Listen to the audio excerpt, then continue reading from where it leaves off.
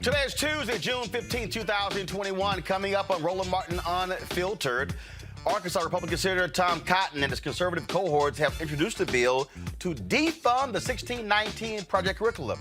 I'm sorry, I thought y'all were against cancel culture and you didn't like defunding things. Oh, but now you want to defund that. Also, Texas Democrats on Capitol Hill today pushing the Democratic caucus to pass H.R. 1.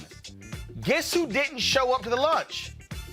Kyrsten Sinema and Joe Manchin. Remember the black woman who told the Board of Education in Florida she opposes critical race theory in education? Well, she's going to join us to tell us why. And Amazon is launching a $150 million Black Business Accelerator program for third-party sellers on the site. We'll talk with one of their vice presidents about this initiative. Plus, the Small Business Administration is halting relief funds for minority-owned businesses after white business owners sued the administration. Ain't that something? Minority businesses barely get any support, and white folks still sue. Plus, that's right, we'll talk with the former U.S. Senator from Alabama, Doug Jones. He will join us to talk about unsolved murder cases of black Americans during the civil rights era. Plus, historian Carl Mack is here to discuss why he opposes making Juneteenth a national holiday. Plus, today's crazy-ass white person comes to us from Ross Story in St. Louis. It's time to bring the funk on Roland Martin Unfiltered. Let's go. He's got it. Whatever the biz, he's on it. Whatever it is, he's got the scoop, the fact, the find. And when it breaks, he's right on time and it's rolling. Best believe he's knowing. Putting it down from sports to news to politics. With entertainment just for kicks, he's rolling. It's on go, y'all. It's Roland Martin, Rolling with Roland now. He's funk, he's fresh, he's real, the best, you know he's Roland Martin now.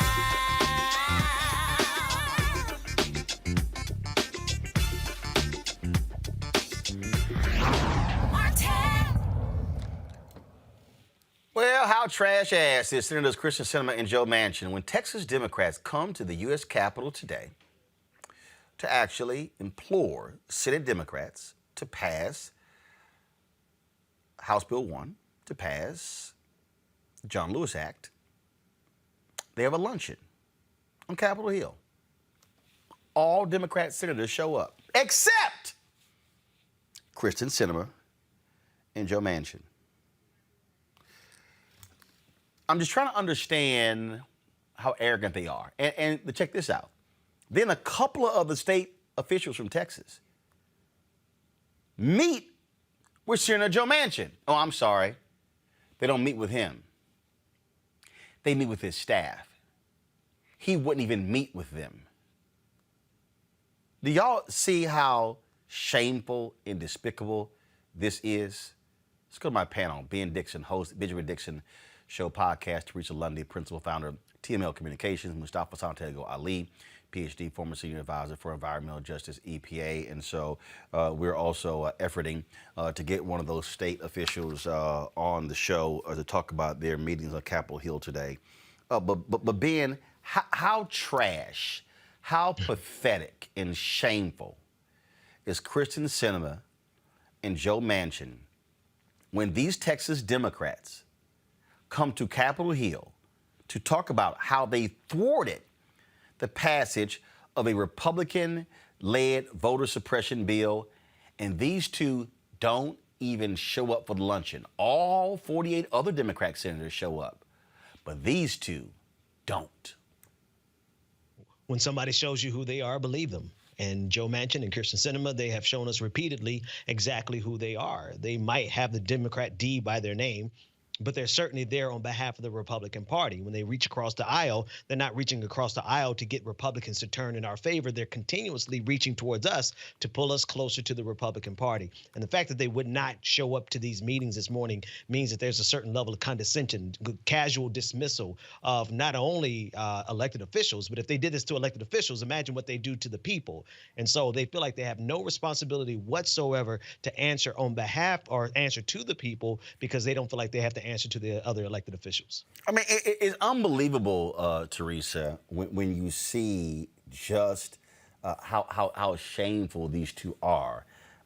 So you are too good to attend the luncheon, to listen to these Texas Democrats describe in detail the voter suppression bills. That's just unbelievable. And again, this is I'm going to pull this up. This is the tweet from Ari Berman, who is a voting rights journalist. Manchin and Sinema didn't attend Senate Dem lunch where Texas Democrats spoke about need to pass For the People Act to stop GOP voter suppression. Yeah, I totally agree with my colleague. If they do show you who you are, it doesn't matter, if you're in an elected position or if you're just a regular citizen. These individuals just showed that they just didn't care. And it's just interesting to see because we are such in a critical space right now where, even if we don't take the listening component about the bill, I think we're, even missing the mark when we start looking at some of these elected officials and what we are asking them to do. We already know half of them, read legislation and when they co-sponsor it. So to not even take a lunch, just a slap in the face to everybody who voted for them. This is one of the folks out there who responded, Mustafa. Manchin didn't bother to meet with Texas Democrats regarding the damage that new Texas voting laws would do to Texans if the For the People Act doesn't pass. What is wrong with that man? Well, it's extremely disrespectful. Senator Manchin has shared with the country that he still had folks he wanted to talk to. He wanted to garner more information so that he could make an informed decision. And he wants to go through this process. But yet folks who are in the thick of it in Texas spent their time, spent their resources to actually come to Washington, D.C. and have substantive conversations about what's going on in their respective state. And he's shown you exactly how he feels about these individuals and many others who have been advocating for him to actually begin to move forward in a way that is actually more protective of the country. So this is nothing new. He will continue to share with folks, that he's still trying to, get everybody's perspective. So I guess what he's really saying is that these folks' perspective is not that important to his overall analysis. This here was a tweet that Ari Berman put out. 68% of Americans support For the People Act, including a majority of Republicans. It has bipartisan support among the public. Reporters should point that out when GOP senators lie that it isn't popular. Ben, it's amazing what happens when you got facts. Right. But I mean, it shows the extent to which they're willing to ignore the facts. They're willing to distort the truth. They're willing to use half-truths, not only the Republican Party, but Sinema and Manchin. Because if you think about it, there's always about this 30% of Americans voting electorate that aligns with the bigotry, the absurdity. They align with Trumpism. They align in opposition to H.R. 1. So who is Kyrsten Sinema and Joe Manchin? Who are you really serving? Because you're not even serving a majority of Republicans. You're serving that faction, that far right-wing faction that does not want black people to vote in this country. So how do they expect us to see them as allies when they're aligning with our enemies? Especially when you won't even meet with the state legislators who can give you an understanding of what's happening. The writer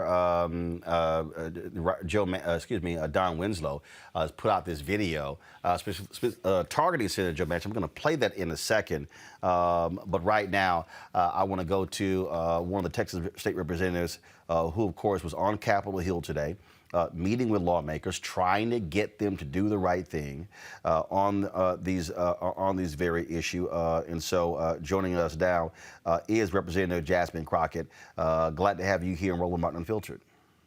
Thank you so much. So first of all, how many officials from Texas Democrats, came here to Capitol Hill to meet with Senate Democrats to explain to them what went on in Texas? The overall number is around 15 of us. And so there was a luncheon today with Senate Dems? Yes, there was. How did that go? Because according to Ari Berman and others, Senators Kristen Sinema and Joe Manchin failed to attend the luncheon. Yeah, so the Senate luncheon, it was the first one that they've had really since the pandemic. So it's something that they consistently do, the delegation. And there were 5 members. I was not one of those members that actually participated in that luncheon for the purpose of kind of explaining what all happened in Texas. Instead, I actually was set up to meet with someone from Manchin's office, myself and Trey Martinez Fisher. We initially thought we were going to be able to meet with the senator. Then we realized that they were in the luncheon, but then we later learned that he was not in the luncheon. We also were told that the senator was actually meeting to talk specifically about both of the bills, HR 1 and HR 4. So that was really good to hear that he was actually engaging in conversations about this, because that's not really been part of the conversation. All we just continue to hear is that he's against, getting rid of the filibuster.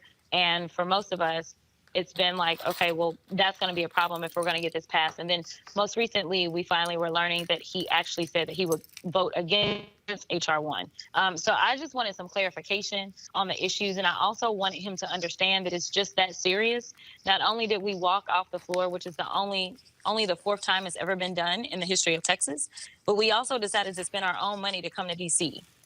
We need help and we need cover and we need it now. And so we really wanted him to understand how serious this was to us. Okay, now I'm confused. So y'all met with staff. So he wasn't at the luncheon. Right. So y'all weren't at the luncheon because y'all had a meeting directly with him. Then Right. he's not at your meeting, but then you find Right. out he wasn't even at the luncheon. Did they say Right. where was he? Was he in D.C.? Yes, he was. No. He's in D.C. He did not pull a Ted Cruz. He was not in Cancun.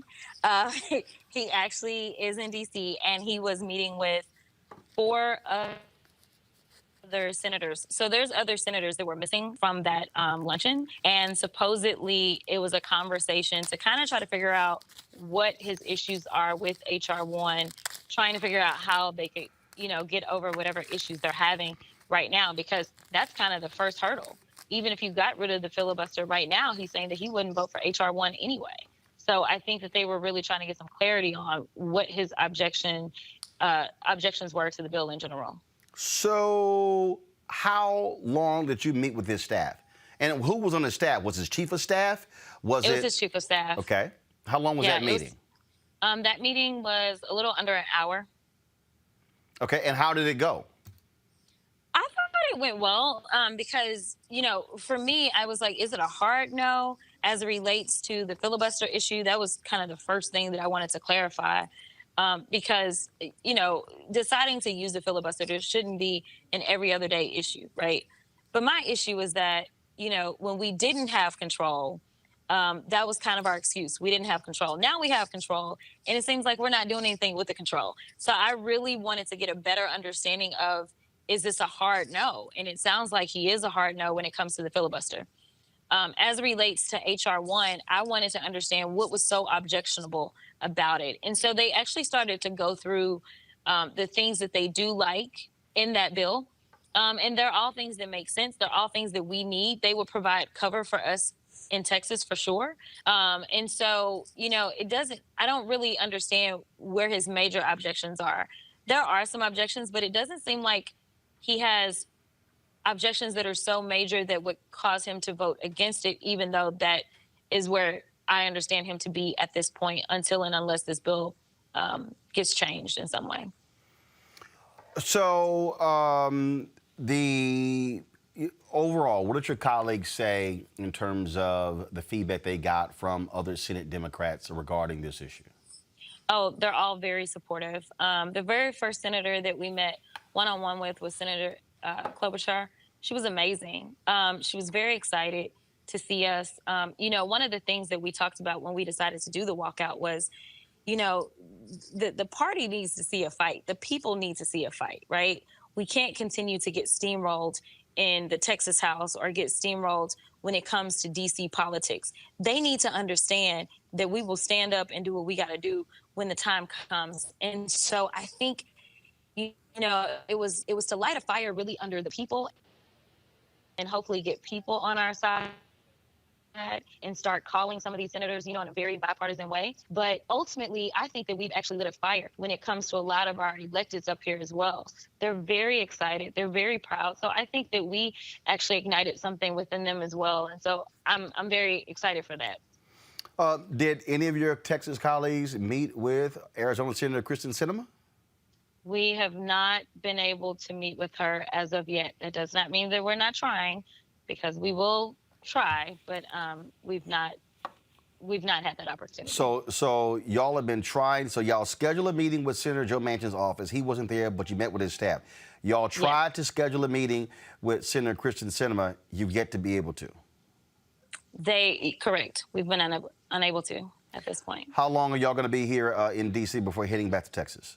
We're all staying different amounts of time, but the majority of us will be here at least until Thursday. So we're here and we're ready. Well, we want them to know that it's real deal, and we need some help. Well, certainly let us know if between now and Thursday y'all get a chance to meet with Senator Kristen Sinema.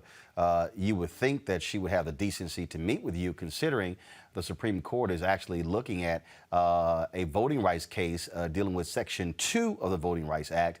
Section 4 was invalidated in Shelby v. Holder. Section 2 could be invalidated, and that's specifically coming from Arizona. So you would think she would actually care about that. We're hoping. I'm going to remain hopeful as of now. All right, then. Representative Jasmine Crockett from Texas, we surely appreciate it. Thanks a lot. Thanks so much. All right, then.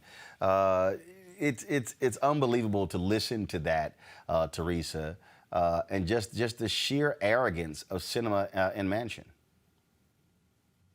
It really is. It's almost to the point where, the respect factor just isn't there. When I see, activists and constituents just coming in drones, they make the appointment, and then the appointment is supposed to be with the elected official, then it goes to a chief of staff. I've had one of our advocacy events that I did with a nonprofit organization. It was supposed to be with the leader. It ends up being with the scheduler. So that was actually unheard of. And of course, I wrote a letter just like, this should never happen to any other organization or person. But again, it also says, goes to the fact of respect and additional education. So I get the advocate's point that there were 4 senators, instead of them going to the luncheon, instead of going to the other meeting, they actually, were together wanting to have that talk about what can, actually happen to make this work. But again, it's like all these meetings, it just seems like there's no results here. So it's like, I'm not sure what we should do, as I am not a lawmaker, but I think there has to be another sort of alternative, because you have somebody where thousands of people, are asking them to change their mind. And then when we're asking for solidified solutions, we're not getting it, but we're getting a bunch of, I agree with this, and we should go with this, and we should put that in the dialogue. So I'm just waiting for the solution here. The thing here is very simple, Mustafa. There are no alternatives. I mean, this is what happens when, bottom line is this here. It's 50-50. One senator wields this much power. If Sinema and Manchin go, nope, I'm not going to do it, guess what? You have nowhere to go. You can't pass the bill. And then, of course, you can't pass the bill unless you break the filibuster. The two of them keep talking bipartisan, and I keep saying, show me the 10. Show me the 10 on the other side who are going to go along with this, and they can't. Well, my grandmother says, when you know better, do better. I can only really speak about Senator Manchin since I, was raised in Appalachia and, of course, over in Michigan a little bit. So I decided to get on the phone. And I decided to call folks back home in West Virginia, across the state, both Democrats and Republicans who I knew. Now, these are what you might still label as somewhat moderate Republicans. Yeah, some still exist. So I called folks in Parkersburg and Wheeling and Charleston and Institute and Clarksburg and Fairmont.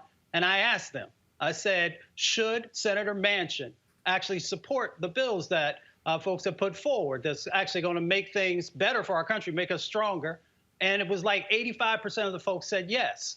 So we got to make sure that folks inside the states are actually pushing these folks and letting them know that if they don't get their act together, then they may not be holding these offices in the future. Now, I'm not threatening anyone. What I am sharing is what everyday hardworking folks in the state of West Virginia are saying what their expectations are. And their expectations also line up with the polling that folks have been sharing across the country.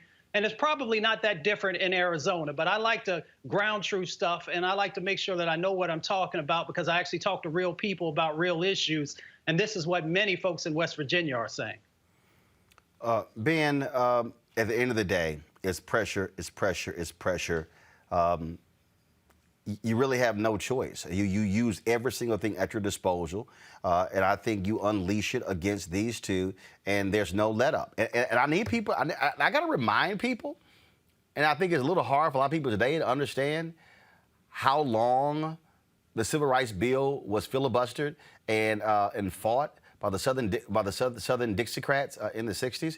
Kennedy proposed it when he came in after he won in 61. He gets killed November 22nd, 63. It doesn't get passed until it was broken up by LBJ. He said, I can't get all at one time. So to 64, that was 3 years later. Then, of course, 65, the Voting Rights Act. Then, of course, 68, the Fair Housing Act. So that was an 8-year effort just with Kennedy, LBJ. I'm not saying that, oh my goodness, we should be waiting 8 years. But what I am saying is to people who want to see it done, we have to be in this for the long haul. It's not going to always happen in 2 or 3 months. Absolutely. It won't happen in that short of a time frame, especially not with our intransigent Congress in general, or Senate specifically. But I do want to tap into one of the things that you were saying, Roland. We can't let up on these politicians, especially Sinema and Manchin. And I think in one way that we let up on them is by having these meetings with them at this juncture, because they've shown a level of disrespect. They've shown a level of disrespect in terms of these politicians, these elected officials' time. They've shown a level of disrespect in terms of their unwillingness to even really consider this. Joe Manchin's already said he's coming out against H.R. 1. And I don't care how many times they meet with us and seem like they're concerned. At the end of the day, they're gaslighting us. And we need to call them on it. We need to say it in the media. We need to say it on the news. We need to say it on the radio, that we have 2 Democratic senators that are gaslighting us and do not care about the black vote enough to even help protect it. Absolutely. As I said a little bit earlier, Don Winslow dropped this video here specifically targeting Joe Manchin when it comes to voting rights. Watch this. 1965, Selma, Alabama, Edmund Pettus Bridge. Freedom marchers on one side, racist state troopers who had been ordered by Governor George Wallace to stop them on the other. I say segregation now, segregation tomorrow, and segregation forever. Bloody Sunday.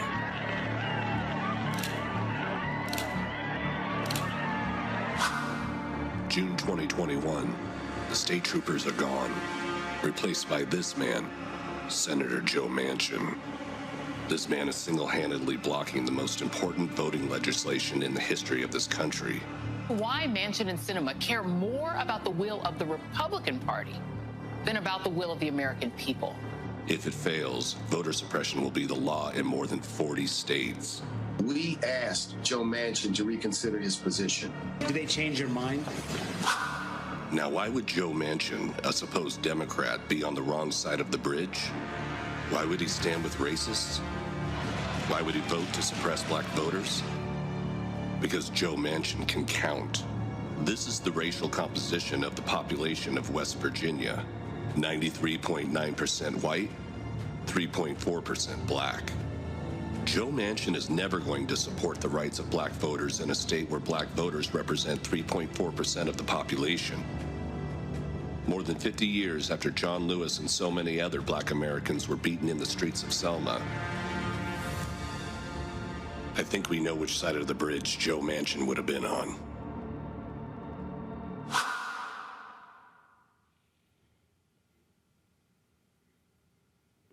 Ben, you look impressed.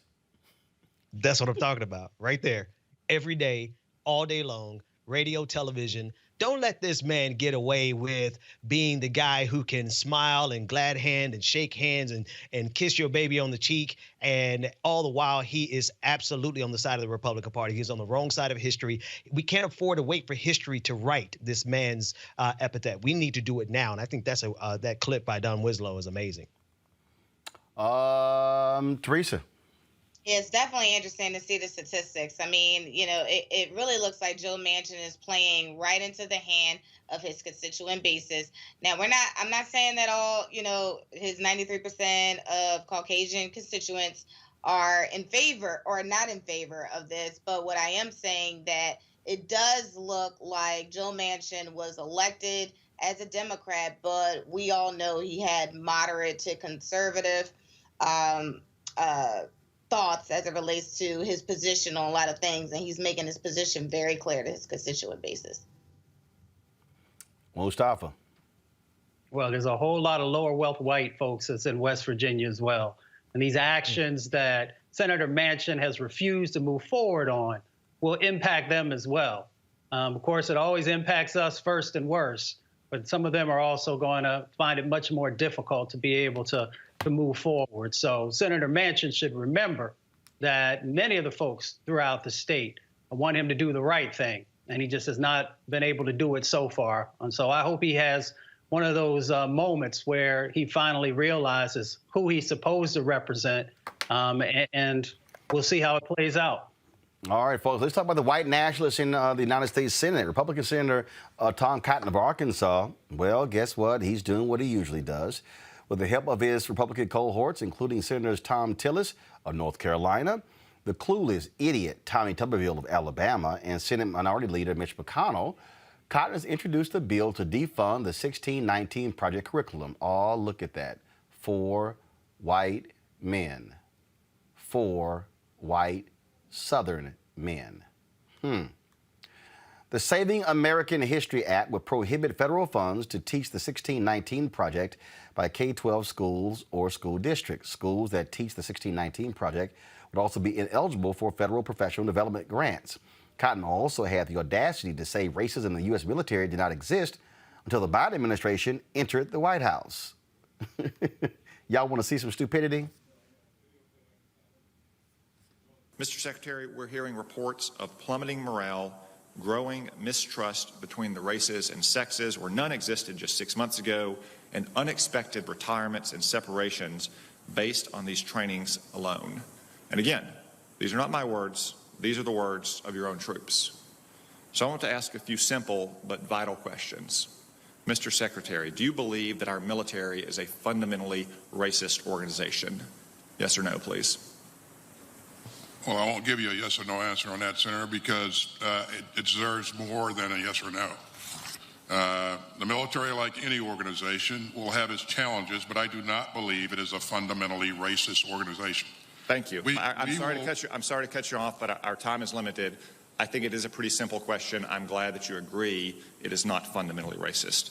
Do you believe that any member of the military should be treated differently based on their skin color and sex? Again, yes. Well, actually, of course, later, Lloyd Austin, the Pentagon Secretary, actually expanded on his comment, but also seems Senator Cotton also forgot about what was stated in even the Military Times, where Black and other troops talked about the racism they've actually felt in the armed services. And of course, the story is talking about the white supremacists who are also in the military.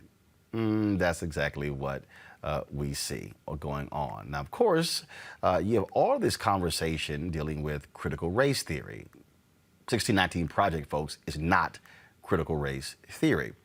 And one of the folks who has spoken out, we talked about this last Friday, was a Black woman from Florida talking to the State Board of Education about critical race theory not teaching the truth. Keisha King is political consultant and co-chair of Moms for Liberty, and she joins us right now. Keisha, glad to have you in Roland Martin Unfiltered. First and foremost, what exactly is critical race theory, and is it where was it being taught in Florida schools? So critical race theory is the idea that America, the foundation of America is racism is ingrained into the foundation and it cannot be removed. And so the outworkings of that today and in classrooms is that, this is a very simple way to say it, but white heterosexual men, able-bodied, are deemed the oppressors, and everyone else is deemed oppressed. And you can't get away from that. It is what it is because of the idea that racism is ingrained into the fabric of America, that you can't repent from it, you can't move forward from it, and it's there to stay. Actually, what you just said is not true. So this is what the folks at Ed Week have laid out. Critical race theory is an academic concept that is more than 40 years old. The core idea is that racism is a social construct. Is that true or false? Is racism a social construct?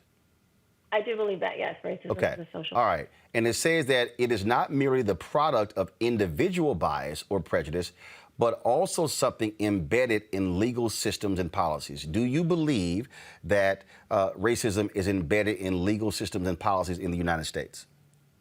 I do not. Do you believe that racism is embedded in housing policies in the United States?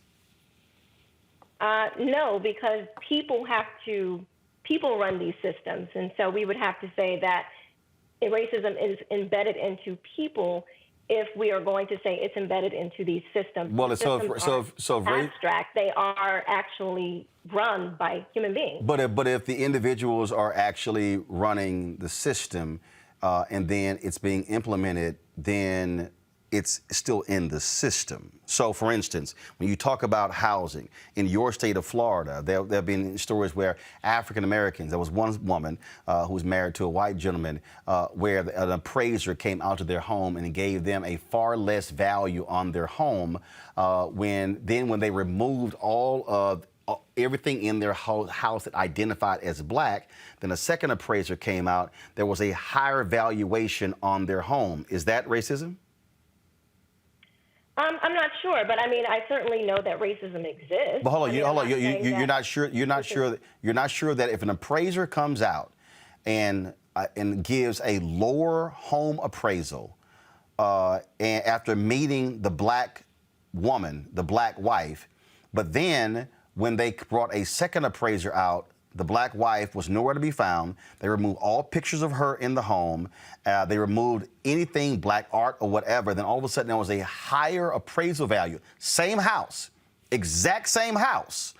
But all of a sudden it's got a higher appraisal value. Is that not racism in housing? For me, I would have to have more information. That doesn't necessarily mean that it could be racism. Well, what do you think it is? What do you think it is?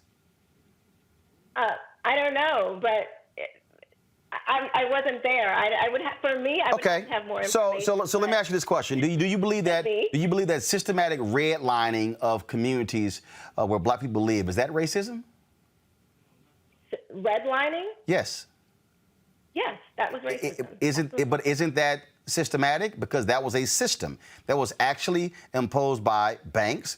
It was imposed by the federal government. It was actually a part of federal policy. Is that not racism? That was the law at a point in time. However, today, in 2021, where we have many more diverse people that run these corporations, we have much more of a diverse. My bottom line is America has progressed. We are not the same country that we were. Of course not. But we're centuries ago. So that doesn't mean that when we see disparities, it automatically is an implication of racism. So let me ask you this question. It's not always that the case. Okay, so if you're seeing disparities, in terms of in this country, if you're seeing disparities in terms of African Americans, whether in executive suites, if you're seeing that. If you're seeing the same thing in other areas, what would you attest to? If you all of a sudden you look at Silicon Valley, if you see in companies on the West Coast, and you see 1.5% or even fewer black folks working at those companies, what do you say is the problem? I would say that we should encourage our community to get more involved with STEM, math, science. But we don't need to be teaching that we're permanently in a state of oppression. But Keisha, we need to be teaching math. But Keisha, but do you even know that 60% or more of the jobs in Silicon Valley have nothing to do with STEM?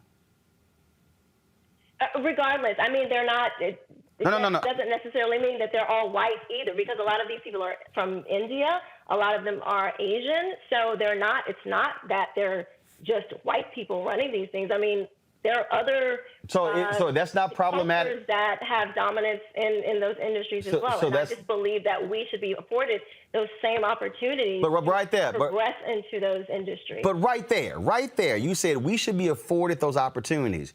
There have been African Americans who have worked at companies like Google and Facebook who have said, who are there on the recruitment side, who have said that those companies refuse to hire and recruit from HBCUs, refuse to have programs. And so black folks who worked in those companies, who were advocates, who said that what you just described, we should have an opportunity, what they say is opportunity was not given. They wouldn't even, and in fact, what they would even do is they would even have a sliding scale, would go, oh, because they didn't come from Stanford or Harvard, yeah, that's not going to work. So when you say the opportunity, but isn't that also racist when you don't even want to recruit from HBCUs, when you look at an HBCU education as less than, when you're not providing those level of opportunities, when your remark, well, they don't fit into our culture. What do you ascribe that then?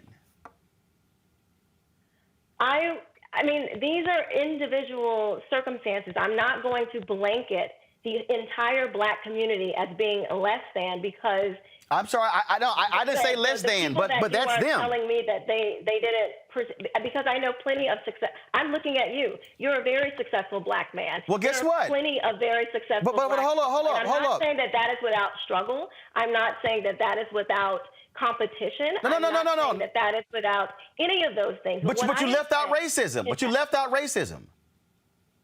I don't believe that racism is our primary problem in America today. No, but that's not what I said. That's not what I said.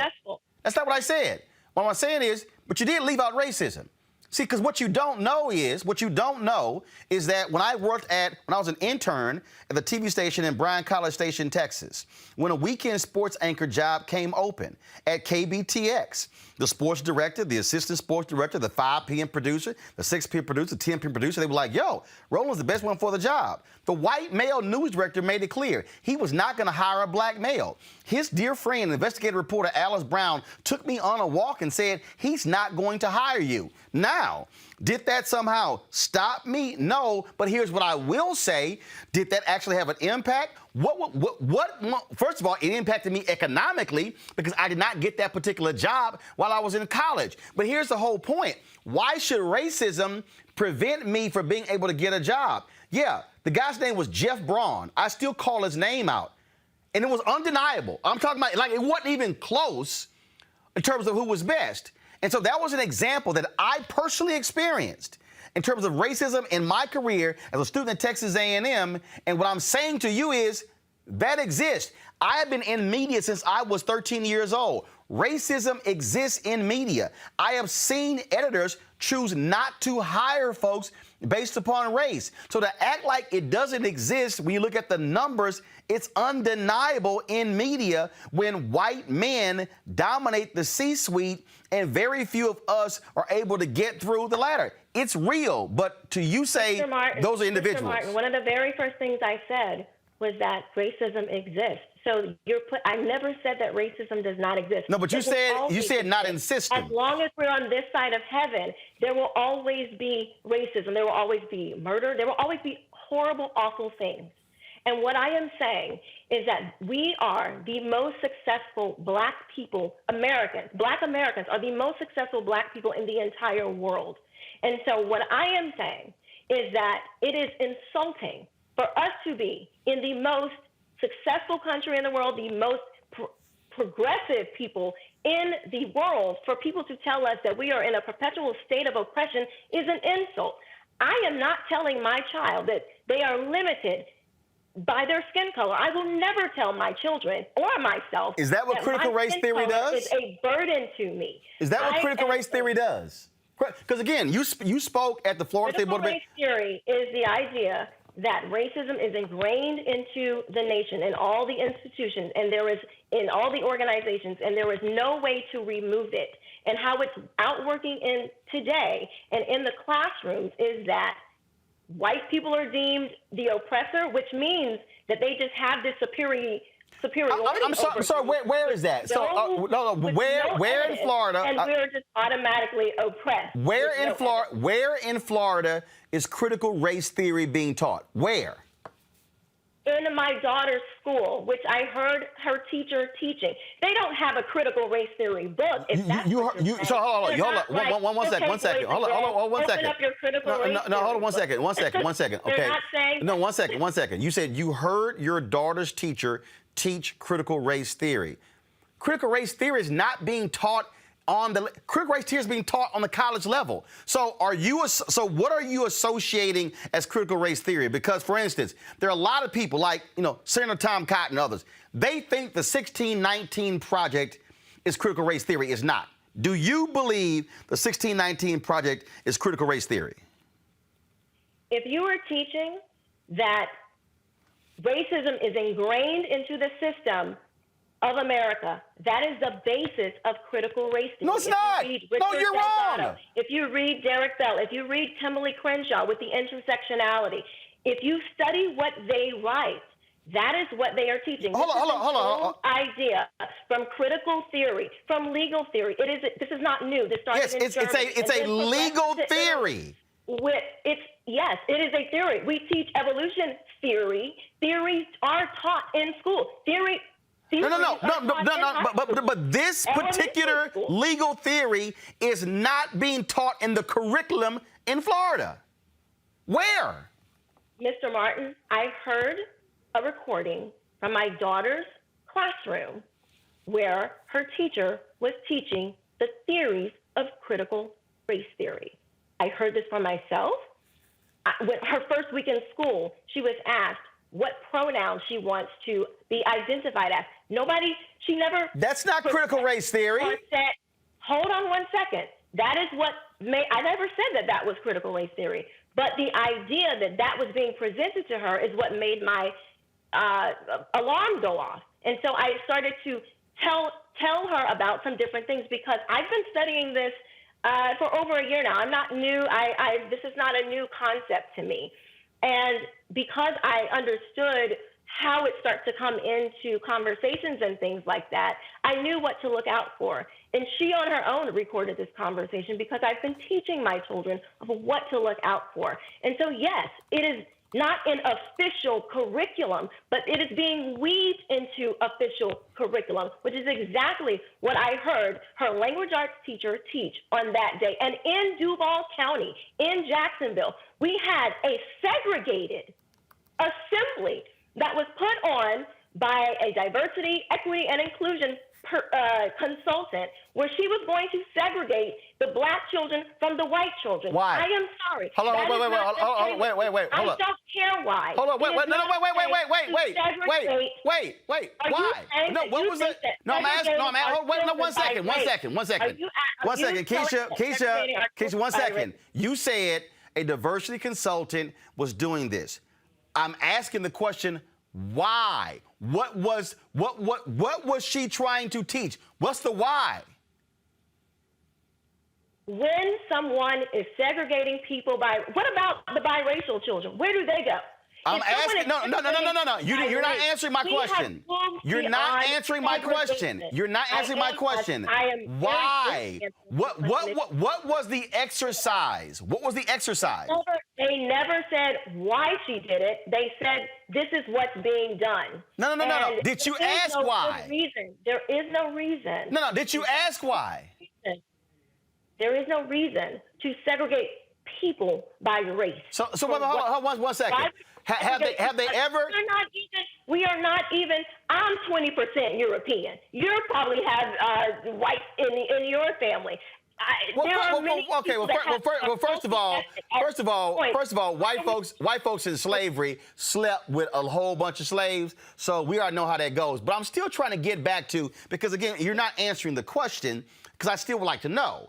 Okay, when they did this assembly, What was the basis? What was it? Did you ask?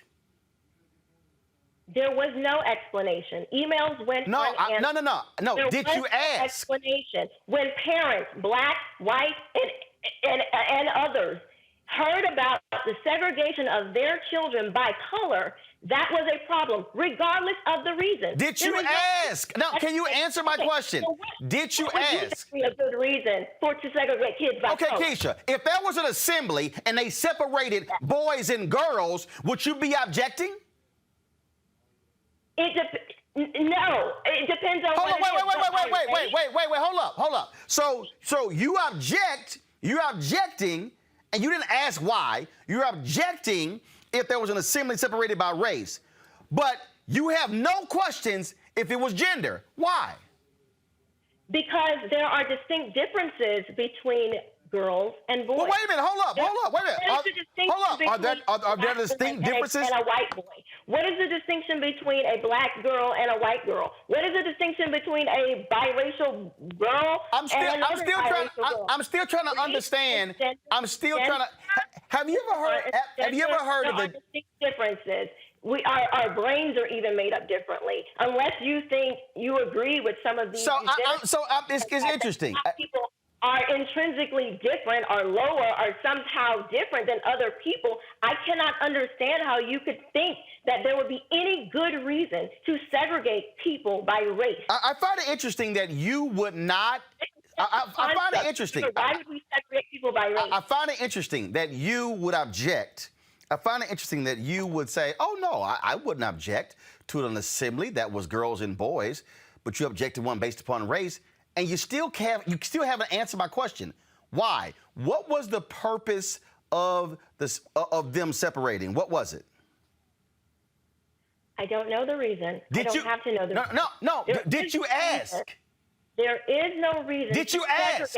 So wait a minute. Okay, see, now I'm confused because you wouldn't ask why a separate assembly for boys and girls, but now you wouldn't. But you said I would have to ask if it was about race.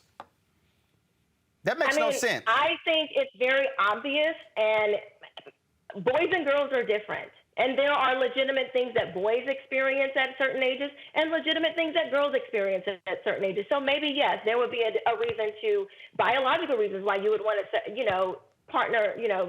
segregate the children by gender. That makes sense. But to segregate people by race, what is the difference other than more or less melanin? There's no intellectual difference. There is no, what is the difference between black children, white children, Asian children, Hispanic children, and all different types of people? What's the difference that skin color has to do with your ability to learn, with your ability to reason, with your ability to do anything in society?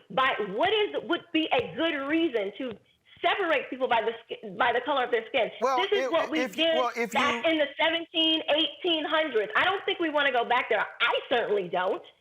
And I would try to tell my kids that any person is better than them based on skin color. And I can't believe that you would even think that is something acceptable. Well, first of all, I use my brain.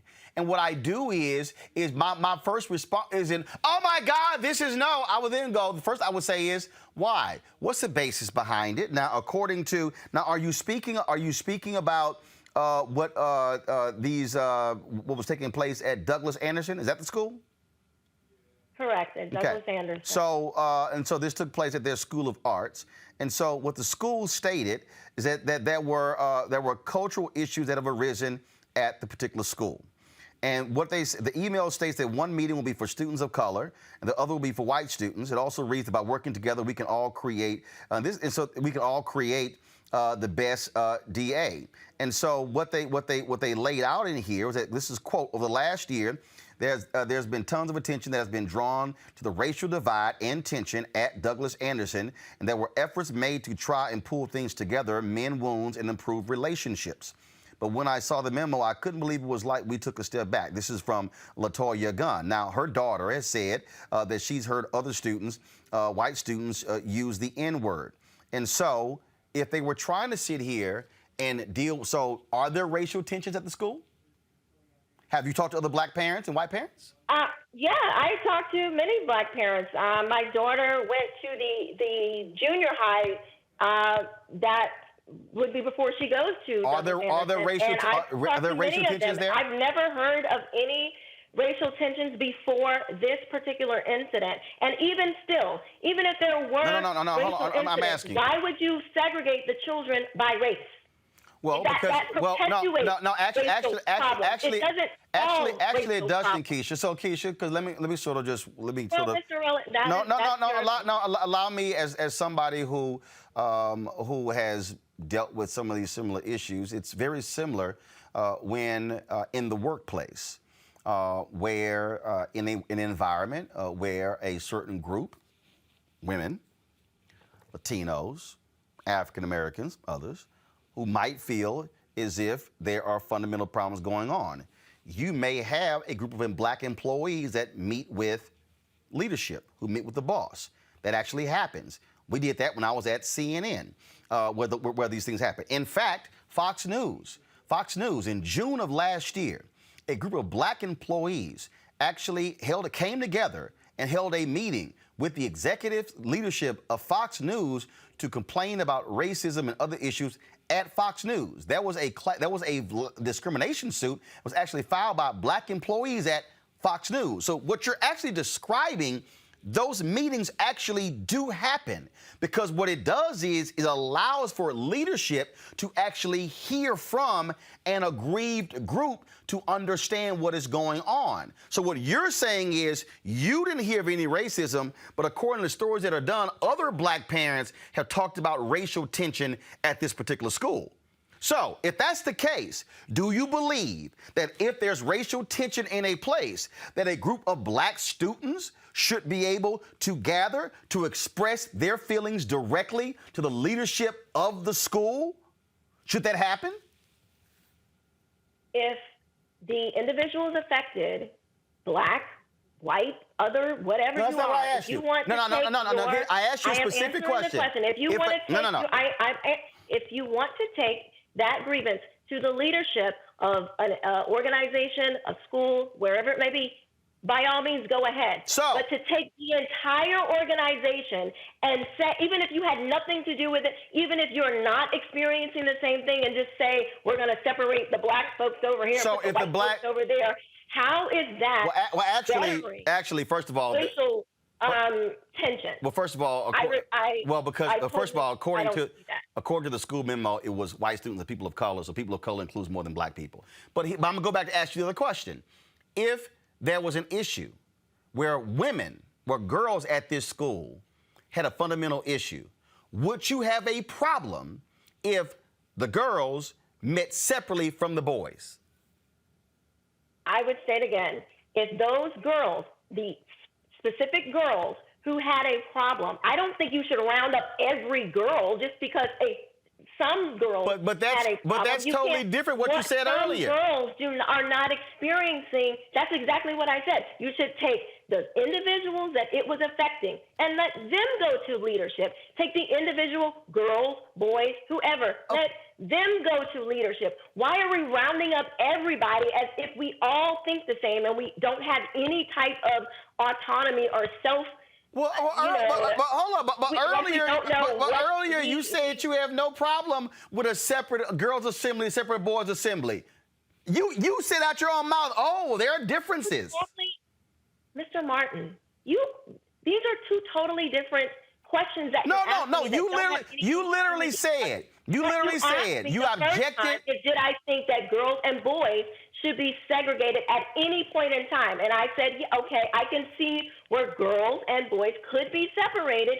If you're talking, you may want to talk about getting your cycle. Boys don't experience that. Or, boys going through different things that they go through biologically. I can understand a grouping of So you can that happens to every girl. So you can understand that, but you can't understand a group of white students, a group of people of color, and talking about the issues they may be facing. And here's the deal: if you're black or Latino and you go to the meetings of people of color, you can stand up and actually say, "Hey, I've had no issues, no problems here at the school. It's been great and wonderful.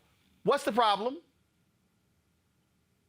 I'm just saying that why do you have to drag everybody in? If it's a specific issue to those people who experience that issue, why can't we let them sort it out? Why are we trying to make this like that every person who is identifies within that group or maybe associated within that group, that they automatically have the same issue? Because probably if you've had such a widespread issue, you cast a wide net.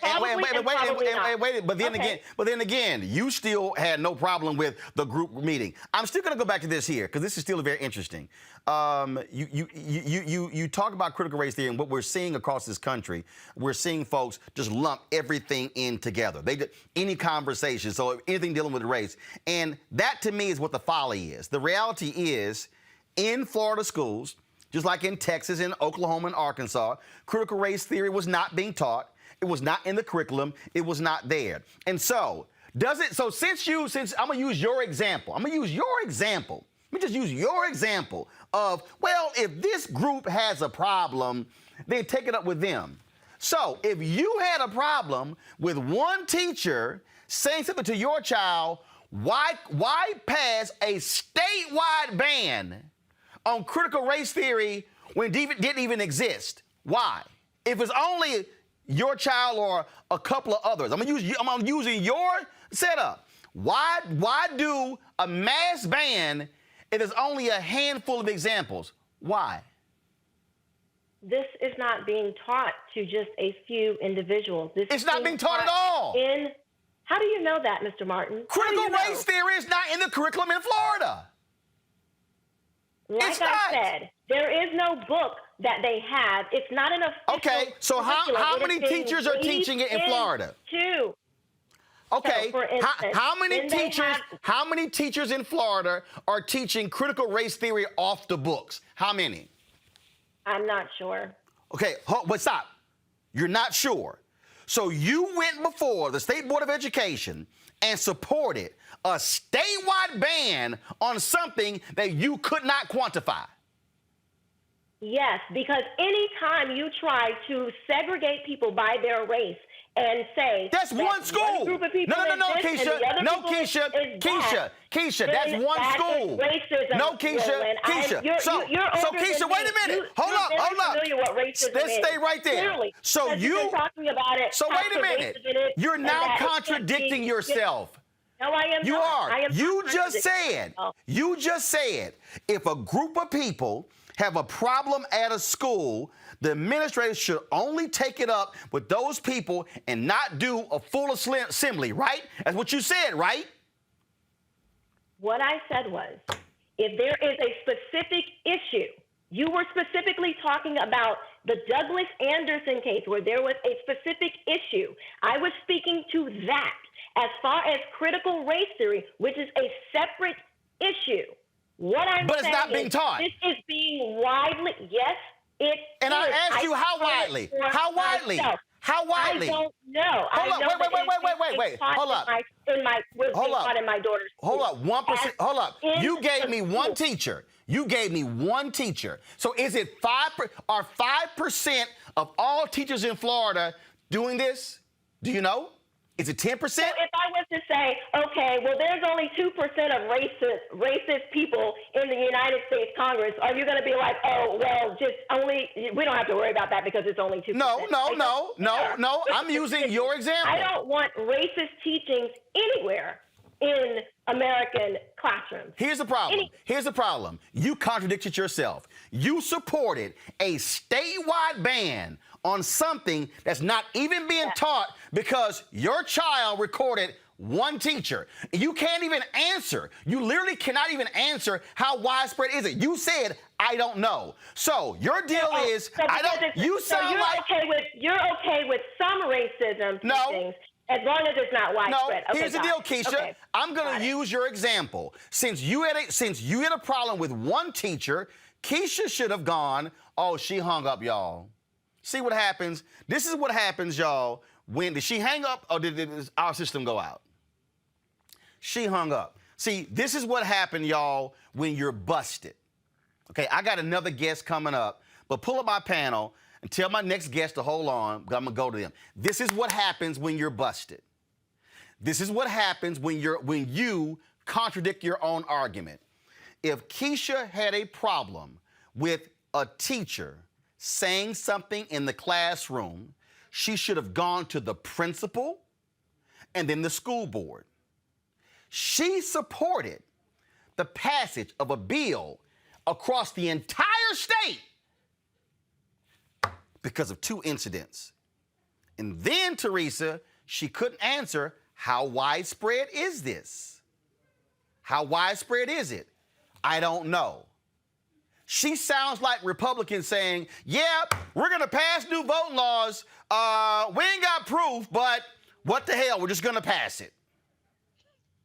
Yeah, I mean, Keisha, is obviously, I looked at her social media account while you guys were discussing, because I was just so curious about, where some of her ideas of how she came across this topic. And part of it is, even in her, mini bio, and it goes to a point here, but the mini bio, it says like rising star in the GOP, it's just mom, so, and then if you go on the timeline, it says, she was just on a program with Fox News. And so, again, I understand her profile. So I understand she is on message. But what I don't understand is the ignorance that we choose to have. I think education is a strong component here. I think most of it she was grasping, but then the contradiction of what she was saying also put her backwards in her original position. Because you can't agree with some portions of, I agree, I disagree with them separating blacks and whites, but I agree with them separating girls and boys. Like that, it just doesn't make sense, because what happened to the kids where, that they want to choose who they want to be? So, I mean, there's so many issues here, and I think that's really just surrounding her statement. But again, it also shows that the GOP is not. Bring her on. Okay, all right. So apparently Keisha wants to get back on. So Keisha, come on back. But here's the deal, Ben. I stand by my position. You can't support a statewide ban, every school district, every classroom, because of one teacher and your daughter. Yeah, I would like to ask Sister Keisha if we found more provable instances of racism than she found of provable instances of critical race theory being taught. Would she support the existence of critical race theory? I mean, since it's almost like an all or none proposition with her. Because then my second question would be, when's the last time she actually can say that she personally experienced racism in this country? Because I think she's vacillating back and forth between racism as an individualist construct, something that an individual is responsible for. And that's usually what conservatives do to make sure that this structural system is never held accountable by saying, oh, that's an individual racist problem. So I do want to kind of know if we found more examples of racism than she found of examples of critical race theory, would she go before the board and support critical race theory? Hey, y'all, what's the status of Keisha? All right. So let me do this here, y'all. Okay, we gonna come back later in the show with part 2 with Keisha. Okay, so is my next? Okay, she's picking up now. Okay, because I still want to know again how. Okay, Keisha, you there? I don't know what happened, sir. Okay, so I'm still. So Ben Dixon, you had a question for Keisha. So, Ben, go ahead and ask her the question, and let's see if she answers your question.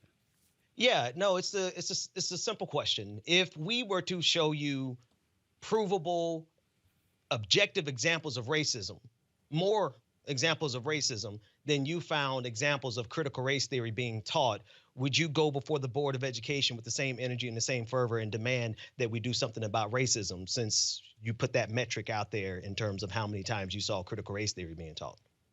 I would stand up against racism anytime I saw it, absolutely. I'm not for racism, and I know that it exists. That's not what I'm saying. So yes, I would stand up against racism. That's what I'm doing now. So you see more of a problem in the racism of your perceived racism of the 1619 Project, critical race theory, than any No, of the no, no, not examples of racism 1619 Project. Not 1619 Project. But 'cause the conflation of the two. Right. No, but so again, Because it's not the same. I still just want to know, what is the percentage of, again, these examples you're using? How many are we talking about? 5, 20, 100, 2,000, 5,000, 10,000? This thing that you're describing that your daughter experienced, how rampant is it in Florida? If it is any at all, I have a problem. So Anytime anybody is trying to tell children that they are in a perpetual state of oppression by a racial group, I don't care what the color is, that is racism. So Keisha, so should the state, so Keisha, if there are 5 examples, Keisha, if there are 5 examples in the whole state, instead of the principal or the school board handling that, your answer is ban it across the state. Even though I don't know. That would just like be saying, that would just like say, well, there was only one hanging, so why do we need to ban hanging people, hanging black? Okay, but see now, that makes no sense. That literally makes no sense. Okay. Because again though, because hold up, I'm using your language. I'm using your language. You said that if there were a group of students or a group of people on a job who had an issue, that group of people should go to the superiors at that school to deal with it. You said, and not have a block-wide assembly. And what I'm saying to you is, if there are a group of parents who are objecting to a group of teachers, why not deal with those teachers and that principal, as opposed to say to the State Board of Education, oh, we're just gonna ban this thing across the state that actually doesn't even exist in the state? You do not see how you literally are contradicting yourself? Okay, well, if you don't believe that it exists, and if you really don't think that it is a problem, at this point, I'm not sure. No. See, here's the deal. Here's the deal. I'm gonna use a legal standard. In order for Roland to show, if I want to do a class action lawsuit, I have to show that there are multiple people who are being harmed. I have to actually show, I gotta have evidence. I gotta have data to say, oh, this isn't one case of Roland being harmed. No, here are multiple examples of African Americans who have been denied. What I'm saying to you is, you can't even provide that to me. You can't even tell me that 5,000 teachers or 7,000 teachers or 100 teachers. All you have is one teacher recorded with your daughter, and you stood up at a State Board of Education meeting and supported a statewide ban based upon one instance of your daughter. And I'm using your example. Why didn't you, versus have the state ban it, why didn't you go to the principal and the school district and say, I have a problem, let's deal with it here, as opposed to say, oh, let's do it? Because guess what? There are a bunch of schools and teachers who don't do what you do. So now you pass the law that impacts them, and they have nothing going wrong. Do you not see the contradiction? If they're not teaching it, then they don't have to worry about it. You already said they're not teaching critical race theory in the district. You said they're teaching it unofficially. That's right. And there's many. And how many teachers are unofficial? Keisha, answer my question. How many teachers? If teachers are teaching Keisha, answer my question, Keisha. How many teachers? I don't know that answer. Keisha. I don't know, because you're admitting. So Keisha, right? You are admitting you do not know how many teachers in Florida are teaching unofficially critical race theory. All you know is one. No, that is my personal experience. Okay, how many then? Give me a number. How many? There are many parents. How many? No. I don't want many. Give me a number. What's many? 10, 30, 50, 100? Parents who have seen things in their schools. How many? Hundreds. How many? Just in my universe. How many? story. No. How many? No, I didn't ask for countless or many. How many? I don't have a number. So you have a number. How many school children in Florida? You're right. No, You got it. Keisha. I don't have Keisha, how many school children in Florida? in the Duval County School District. No, in the whole state. I'm not sure. Millions. Okay. Sure. There are nearly 3 million students in public schools in Florida. And you supported a statewide ban that's not even impacting you, and you can't give a number. But you said that you object to an assembly being people of color and whites, and you said that if you have a problem, they should meet with only the affected people. Do you not see the contradiction in your own statement? No, I do not, and here is why. Okay. Because you have individual isolated incidents where there is no the part that you're missing, Mr. Martin, is that even though it's not written in curriculum, this is your same argument that racism is everywhere. It's not written into law, but it's still everywhere, according to you. No, actually, you're wrong. Because when I look at Georgia voter suppression law, when I look at Texas, and I look at the fact that the Texas voter ID law, 5 federal judges deemed it discriminatory against minorities and ruled it unconstitutional, I would say that's writing it into law. So you're wrong. You're stating that.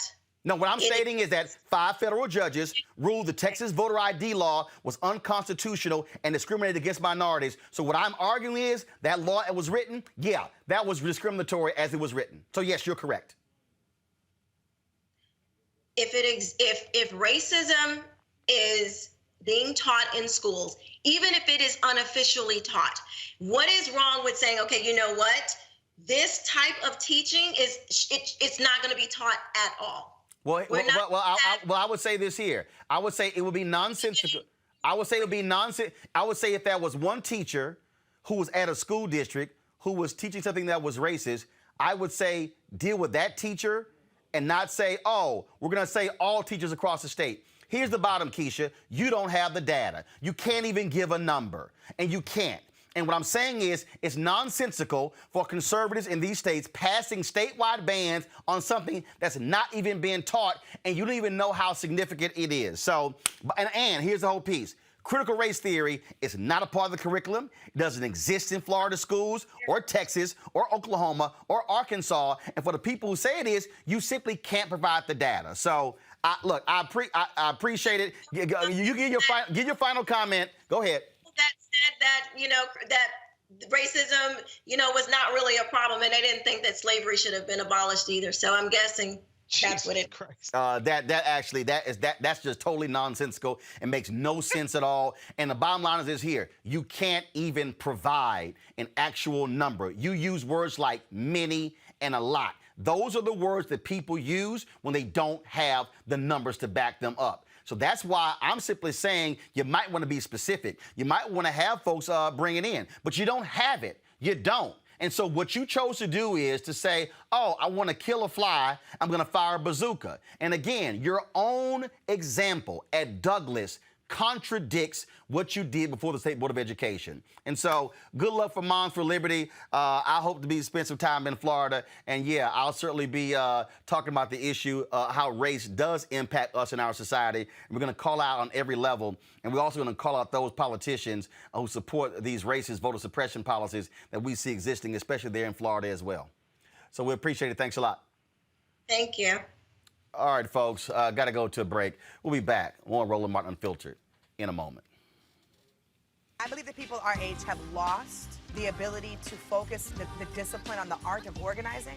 The challenges, there's so many of them and they're complex, and we need to be moving to address them. But I'm able to say, watch out, Tiffany. I know this road. That is so freaking dope.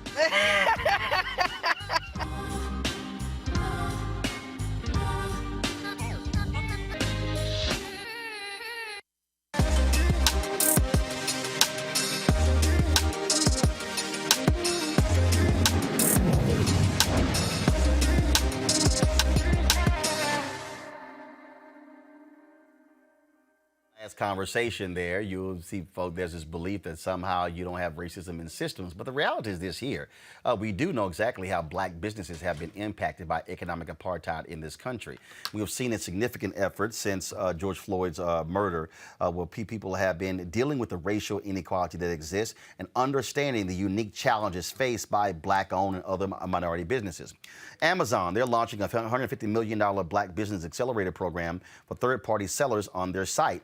Almost all third-party sellers on Amazon are small to medium-sized businesses. Third-party sellers represent nearly 60% of product sales on Amazon, and they enjoyed record sales growth in 2020. Now the company wants more black-owned businesses to enjoy that success. Joining us right now is Lorenzo Patton, Amazon's Vice President of Finance, Operations, and Services. Lorenzo, glad to have you on the show. Thanks for waiting. First and foremost, what caused this to happen? What caused Amazon to say, you know what? We got to create this initiative. What spurred it? It was the incredible idea of one of our Amazonians, Tiffany Johnson. She works with sellers all the time.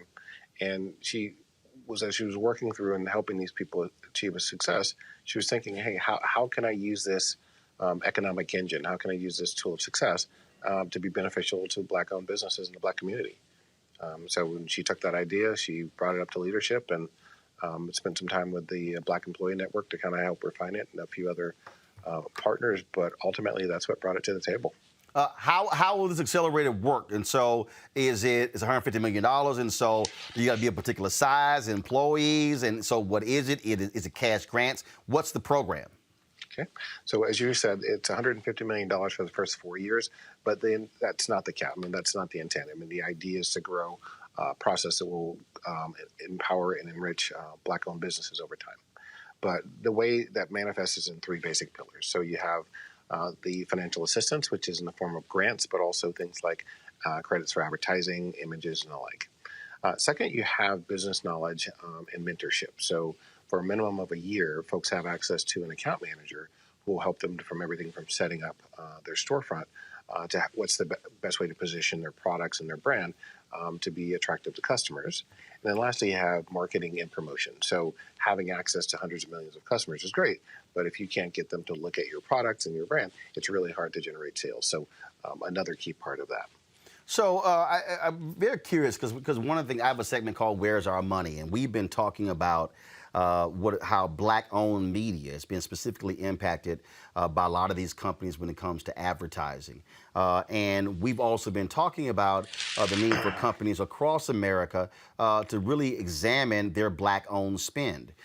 This obviously is talking about these third-party sellers that are on Amazon. Have y'all also been looking at this issue with the business that Amazon does with black-owned companies outside of third-party sellers? But I'm talking about black-owned media, black catering companies, black limousine companies. I mean, really looking at that supplier, some call supplier diversity piece as well, because that's also a significant block that African Americans are not getting opportunities from major companies.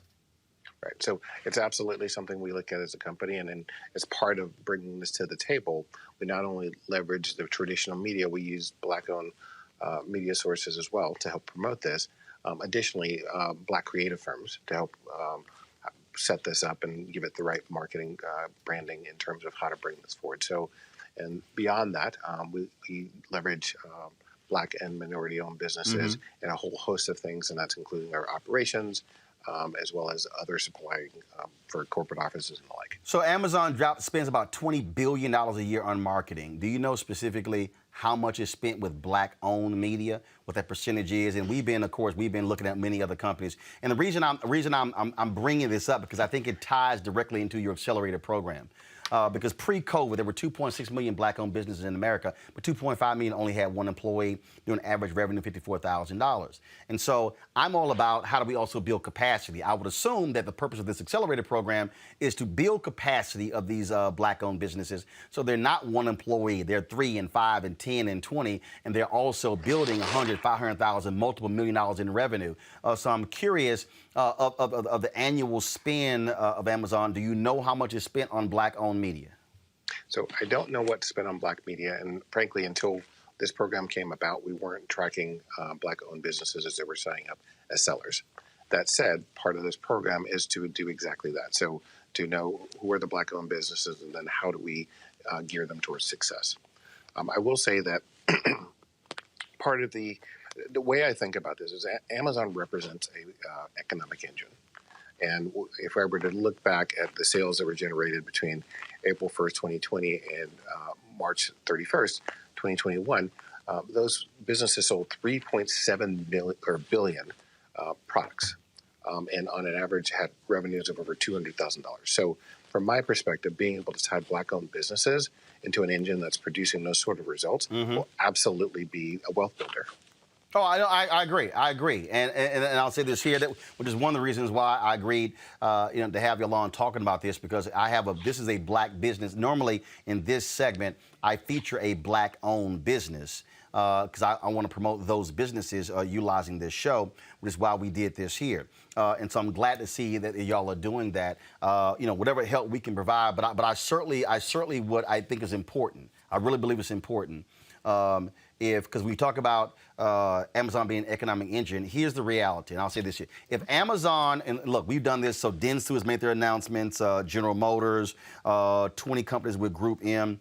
If Amazon came out and said, we're going to spend 5%, 10% of our annual marketing budget with Black-owned media, and we're going to challenge every other major corporation, I fundamentally believe, Lorenzo, that Amazon could completely, overnight, change how advertising is being spent and how the impact on Black-owned media. And so, so to me, this is something that I think is an opportunity for Amazon. So just like with this initiative right here, I think Amazon should throw the challenge down. You should be challenging every other company to do the exact same thing, creating accelerated programs, because we know how we've been systematically frozen out of systems. And this is, to me, how the game can be changed in what I call this third reconstruction. So from my perspective, that's exactly, your points about being intentional. The Black Business Accelerator is done exactly to how do we go beyond just having a general offering. Could a Black-owned business go and sign up to be a seller, one of multiple millions of sellers? Absolutely. It's the intentionality of saying, we are going to help these businesses succeed. We are going to position them. We're going to give them the resources. And to your point, that's been one of the gating factors is, do I have the capital to be able to start my business? Do I have the know-how to get myself online and then be successful in marketing myself in front of hundreds of millions of customers? So I agree. I think this is a great program, and that intentionality, the more that we can do that and other companies can follow suit, I think will have a tremendous impact on Black-owned businesses and the Black community. Where can folks get more information? Where can they sign up? So they can go to Amazon /BBA. We have a team of people ready to sign up folks to be in the program, and I think it's going to be a huge opportunity. All right, then. Well, certainly looking forward to that, and I look forward certainly getting back with you specifically on that Black-owned media spin. Obviously, being a Black-owned media company, that's a particular passion of mine. I've been doing this since I was 13 years old. My first job was in Black-owned media, and what I'm looking at is where we're going to be in 30 years. And if we don't change this system now, I don't want a Black-owned media entrepreneur 30 years from now fighting the same battle. So I would love to know, what Amazon's current Black-owned media spend is, and then what Amazon wants it to be in the next 5 years. And so, like I say, Byron Allen, Todd Brown, Butch Graves, a bunch of us, have been pushing a lot of these companies to change the game, because that allows us to be able to grow and us to be able to, when companies are spending advertising dollars with us, then we can hire more staff and we can actually cover more things and actually have a robust news operation. And so I certainly are interested in knowing what that is. And so we'll look forward to this. And so we encourage our users to sign up, but definitely want to be follow up on that as well. So give out that site again. It is Amazon /BBA. All right. Lorenzo, thanks a bunch. Good luck with the program. Thank you, Mr. Martin. It was a pleasure being here. All right. I'm Mr. Martin, my daddy. I'm Roland, so it's all good. All right, Roland. I appreciate it. Thanks a lot. All right. Have a good evening. All right, folks. Thank you so very much. All right. So let's now go to my next story, and that is my next guest has really been involved in trying to get a lot of these civil rights cold cases solved. Finally, this week, President Joe Biden named several people to a board that will be looking into these cases. When I came across it, Claiborne Carson, a buddy of mine, Stanford University with the King Center there, he is going to be on that particular board as well. And then also there are others who are going to be honored. I'm looking forward right now. President Biden, he announced, give me 1 second. This was the email. Y'all go to my iPad, please.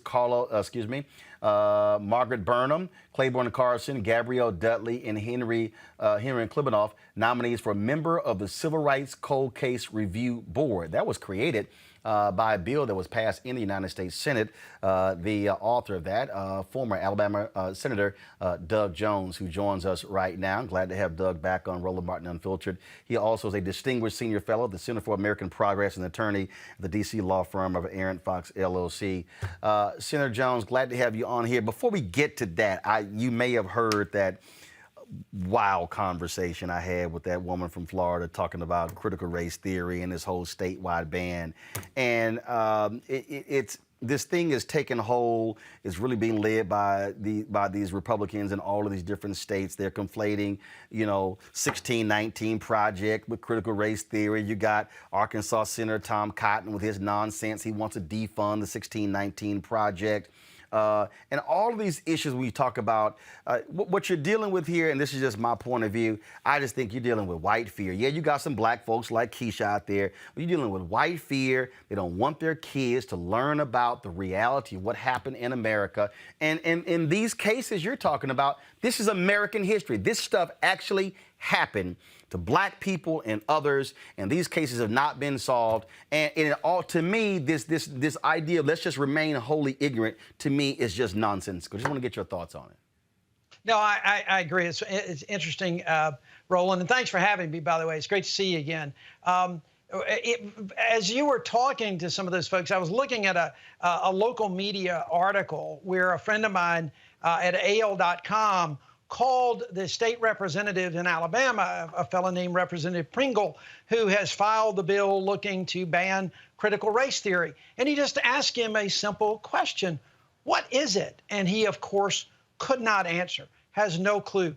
What we're seeing is talking points that are now being used politically that are now trying to become law. And we've seen that time and time again. And it's really unfortunate. Nobody's trying to rewrite history, but we are trying to set the record straight about making sure history is taught accurately, fairly, and fully. And that's what I think is getting lost on all of this, is that it's really interesting to me that a society, especially here in the South, who has celebrated the Confederacy, the lost cause, so to speak, celebrated generals like Robert E. Lee, who actually killed U.S. soldiers, that we're somehow trying to rewrite history as opposed to just simply saying, let's get the facts out there. Let's tell people about the facts. And folks will get a better understanding of where we've been, where we're going, and what really we need to do about race in this country.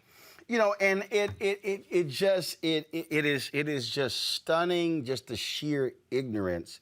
And this, oh my God, we can't have this. These things are being taught about, because the deal is they do not want their children to actually learn these things. I was just in Tulsa for 6 days, the 100th anniversary of the Tulsa Race Massacre. And the fact that it was not added to the curriculum in Oklahoma until 2019.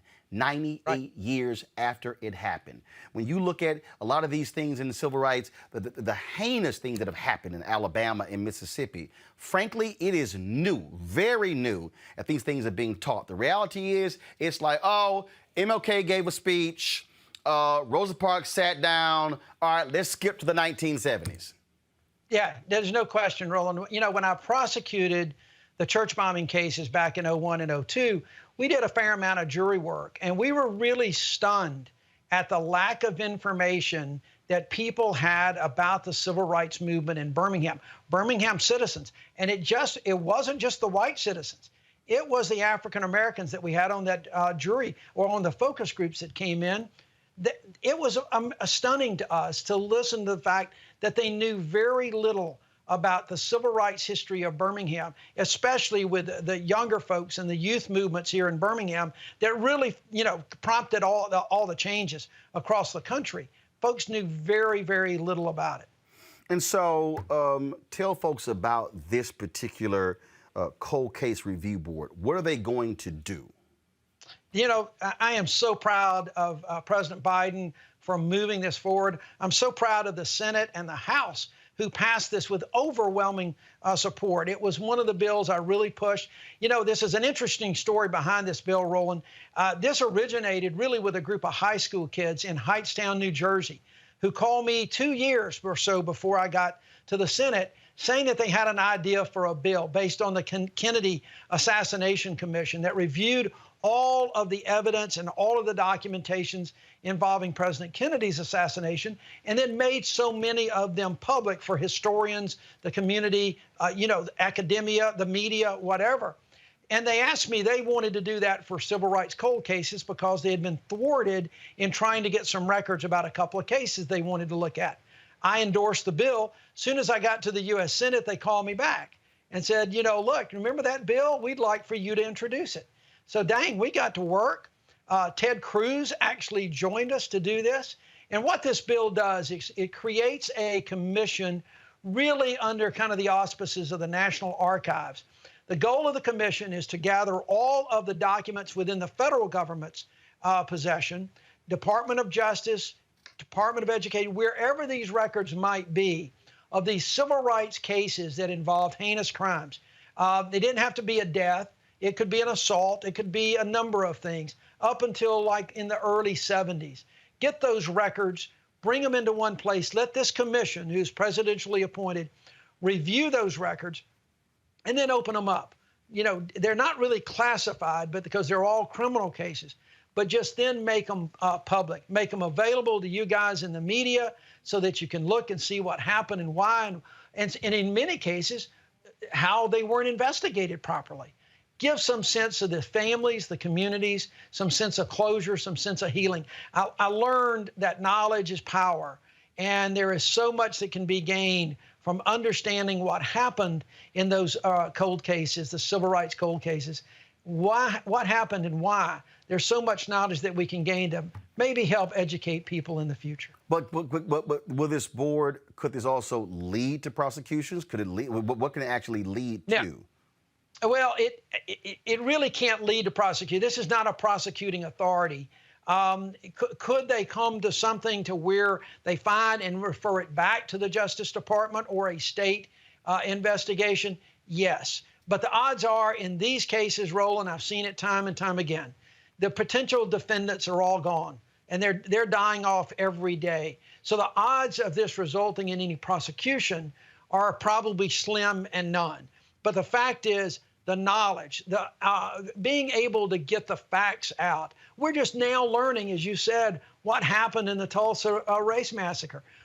We need to know the information about what happened with so many of these cases where victims went missing for so long and just never got investigated. What happened, and why, who the potential perpetrators were. And I'll tell you, Roland, one of the things that I found, that this is not just important for the families of the victims.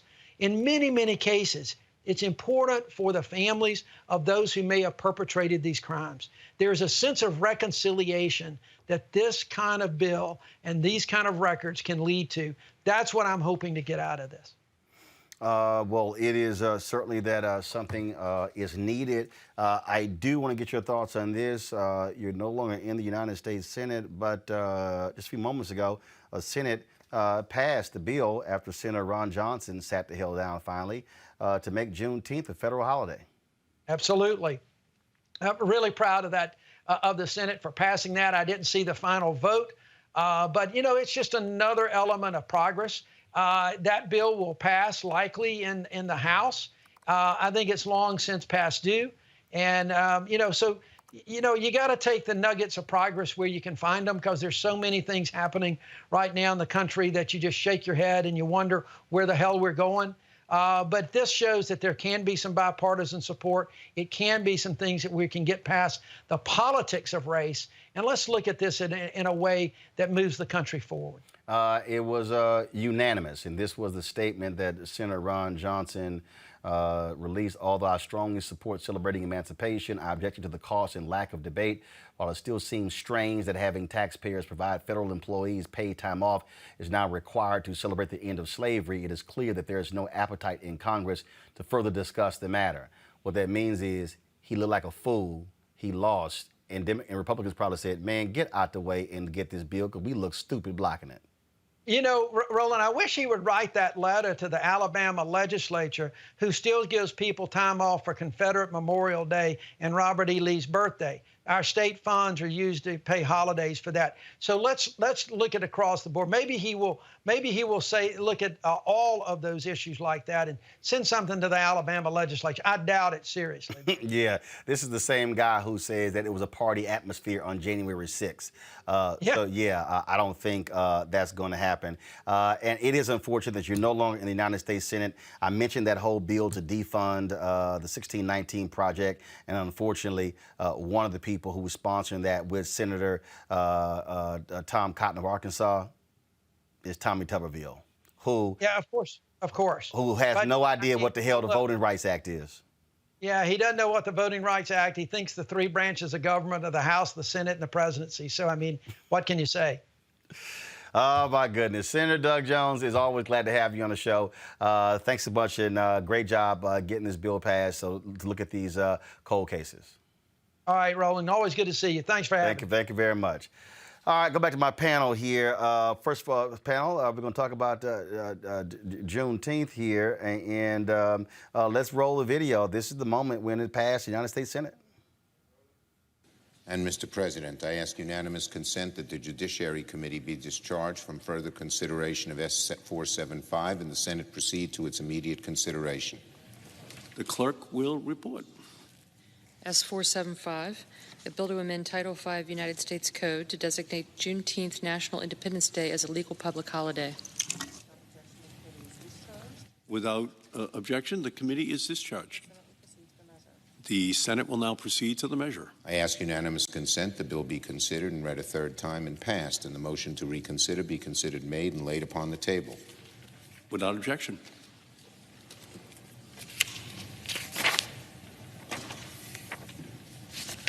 Mr. President, I ask consent the Senate proceed to the consideration of S-Res 269 submitted earlier today. The clerk will report. Senate Resolution 269, designating June 19, 2021 as Juneteenth Independence Day in recognition of June 19, 1865, the date on which news of the end of slavery reached the slaves in the southwestern states. Without objection, the Senate will proceed to the measure. I ask unanimous consent the resolution be agreed to, the preamble be agreed to, and that the motions to reconsider be considered made and laid upon the table with no intervening action or debate. Without objection. Thank you, Mr. President. That was the Juneteenth resolution, which we'll talk about more tomorrow. All right, Mustafa. It now goes to the House. It's likely going to, obviously, Democrats have the majority there. And so President Joe Biden may be soon signing into law Juneteenth as a national holiday in the United States. Part of American history, and we have to tell the full story. And this is an opportunity for, all the brothers and sisters who have worked diligently to make sure that this became a reality, that all that hard work has been honored. We just have to make sure that we're also highlighting and telling the other stories that are a part of our journey inside of this country and a part of our country's history. For those people who say this doesn't mean anything, I'm a native Texan. I was there when the late State Representative Al Edwards, my Alpha brother, Mustafa Al Alpha brother, who led this effort every session, and got it made into a state law. It actually forced people in the state to actually learn the history of slavery in Texas, to learn exactly what took place. And so for those who say these things don't mean anything, they do, because Juneteenth is the only, Texas, when made a holiday, was the only observance of anything tied to slavery in this country. Yeah, and I think history obviously is just so important. I know here in the city of Philadelphia, June 19th of 2020, we made it a local holiday. So it's good to see it on a national level. But understanding that Juneteenth is not only a celebration of our Blackness, but it is a celebration to end slavery. And so, you know, when the Emancipation Proclamation was signed by President Lincoln, it gave the opportunity for people to, one, be aware of their history, but two, understand that they are free. And I think that, you know, understanding that it's on a federal level, it hopefully will open the eyes and ears of the day of observance, as we do for Memorial Day, as we do for other federal holidays, that this is one step in the right direction. So I don't take it as a minimum win. I take it as a holistic approach to how we move forward. And I'm glad as President Biden that was able to put this into law. Well, he will be anyway. Ben? Yeah, a couple of things. With Mustafa, congratulations to all the people who actually worked on this, because I know that getting it this far was a monumental task. Juneteenth has been a holiday in my family for a while, especially when we lived in Boston, out in Roxbury, out at the park. One of the best celebrations. You didn't see Black people any other time of the year because it was too cold in Boston. But when Juneteenth came around, you just saw a sea of Black people. And it wasn't celebrated nationally at that time. And it's going to be amazing to have a day where we can connect on a level of that celebration that we had in Roxbury every year for Juneteenth. So I'm excited about this. I want to bring up my next guest. He is out of Washington State. He is, of course, former head of the Seattle King County NAACP. Carl Mack is an historian.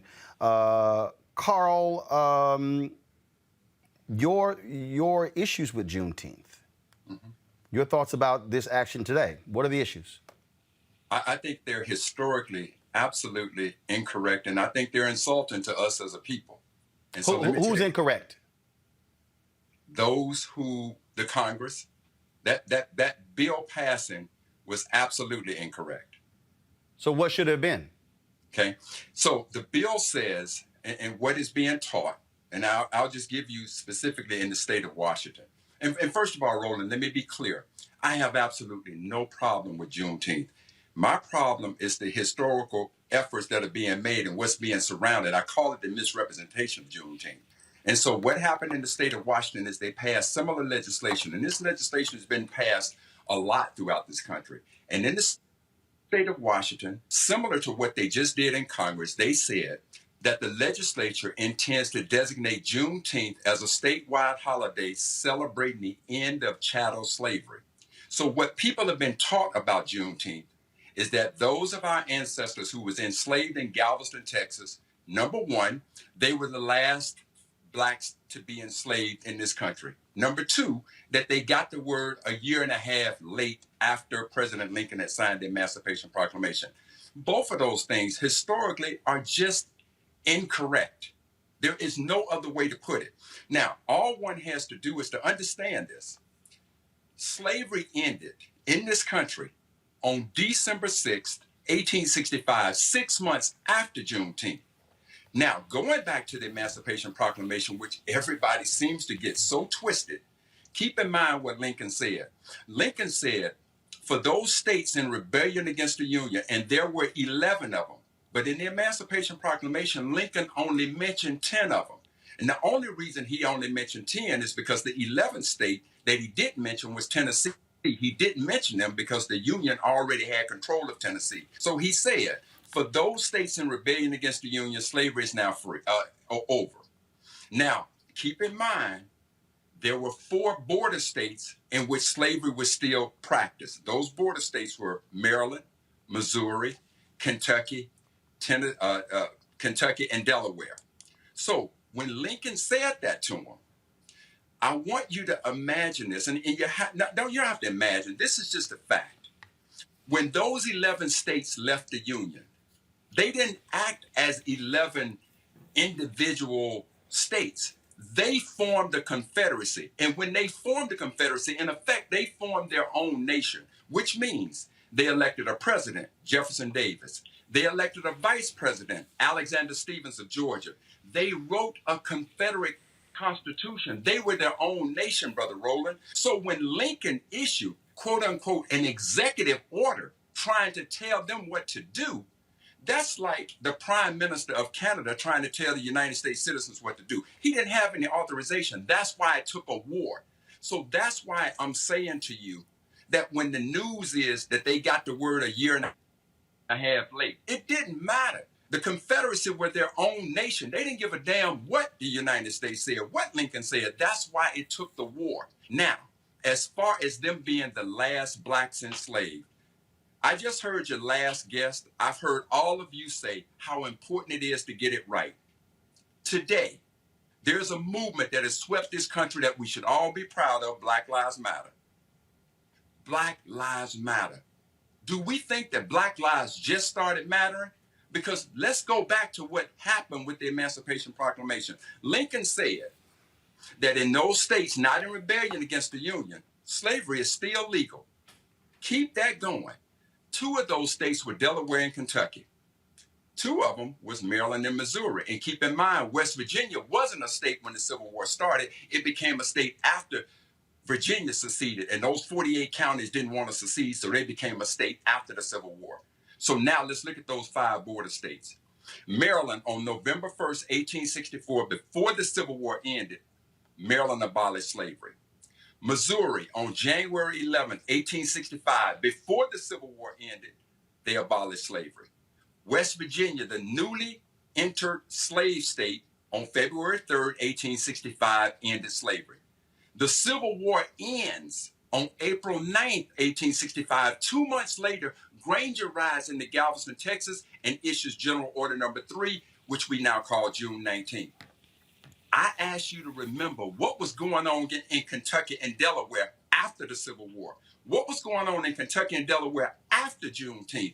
I'll tell you, Roland, there were 225,000 of our ancestors still enslaved, and they did not taste freedom until December 6th, 1865, when Georgia became the 27th state to ratify the 13th Amendment. That is my problem with what is going on in states all across this country, and that is my problem about what just happened in the United States Congress. If you want to designate a date in which all black folks can celebrate freedom, that date, as far as I'm concerned, as far as history appears to be concerned, is December 6th, because that is the day in which Georgia ratified the 13th Amendment. Now, as it applies to Delaware and Kentucky, keep this in mind, Roland.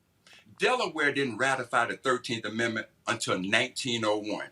Kentucky ratified the 13th Amendment in 1976. And the state that I'm from, Mississippi didn't ratify the 13th Amendment until February 7, 2013. So, do I have a problem with Juneteenth? Absolutely not. Do I have a problem with the historical inaccuracy of it? Every part of that I got a problem with. And that has been, first of all, like for years, Lincoln freed the slaves. Well, again, and there were people who took exception to Lerone Bennett and others who corrected that. Frankly, what we have folks in this country with a bumper sticker version of history. The reason I think you see the focus on Juneteenth is I think it goes back to this here, because Texas became the first state to actually make it a state holiday.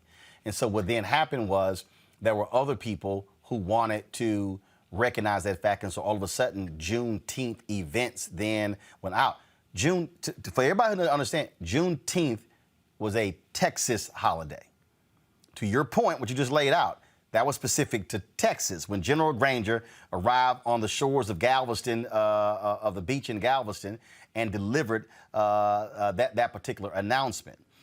I think what happened was other people gravitated to that, and then it became this sort of all-encompassing moment to say, okay, here's something that actually recognizes slavery or the ending of slavery in this country.